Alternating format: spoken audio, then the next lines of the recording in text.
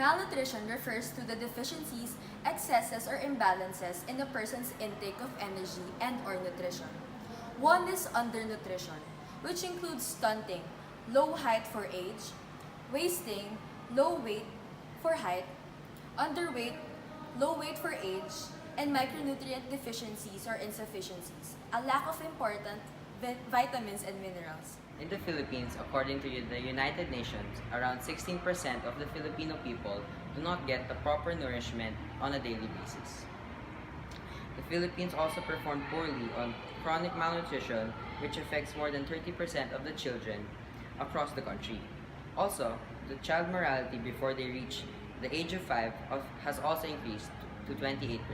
And before we continue, let's watch this short clip by Rappler regarding malnutrition in the Philippines. Children are not healthy children. Without access to adequate meals, a child will suffer from stunting and chronic malnutrition, which has adverse effects. Around the world, at least 3.1 million children die from malnutrition per year. In 2011, poor nutrition was the cause of 45% of deaths among children under 5 years old. In the Philippines, 3 out of 10 children aged 5 to 10 suffer from chronic malnutrition. The rate of stunting due to malnutrition is now at its worst in a decade. The effects of malnutrition are irreversible. It makes a young child more vulnerable to diseases such as pneumonia and diarrhea. It can affect a child's academic performance, which in turn hinders them to have a better life. The issue of malnutrition and hunger can still be solved within our lifetime. Wouldn't you want to help? Private and public institutions are raising awareness and efforts to battle this global issue. You too can be part of the solution. Volunteer, donate, share. Our group sees malnutrition as a national concern because it affects the majority of the children belonging to the marginalized section of our country. A basic human necessity, which is consumption of food with enough nutrition, is not acquired by everyone. This makes them more susceptible to diseases since they do not have sufficient nutrients within their body for immunity, and also they don't possess the means to have themselves treated. Furthermore, the lack of nutrients hinders them from undergoing proper development. This lowers their mental capabilities and hinders them from being fully educated and contribute to the society in their own way. In addition, it is a national concern for the reason that lives are at stake. Whether it be an adult's or a child's life, they are all considered to be invaluable and irreplaceable. And as fellow Filipino citizens, our group believes that malnutrition should be given more attention in order for the affected individuals to be alleviated from their suffering with a lack of nutrition. About 7 million people across the Philippines suffer from malnutrition on a daily basis. Moreover, those below the poverty line take up majority of the affected due to their inaccessibility to basic needs. They solely rely on root crops like sweet potatoes to sustain their hunger, and that alone is not enough for complete nourishment. With that lack of a healthy diet, the majority of the Philippines is suffering from diseases, and that increases the risks of deaths because of common infections alone. Filipino children are now considered more malnourished than ever. Malnutrition in the Philippines are very prevalent, especially in rural villages and city slums where many people eat with their fingers. I think the most affected here is those children below 5 years old, since most of them, including those in poor communities, may have access to food but they're not actually eating right because their parents lack basic knowledge on proper nutrition. Kids are the most at risk of malnutrition because they have weaker immune system and also due to the kind of environment they are in, wherein they don't get the nutrients needed by their body because of insufficient food or the wrong kind of food they eat.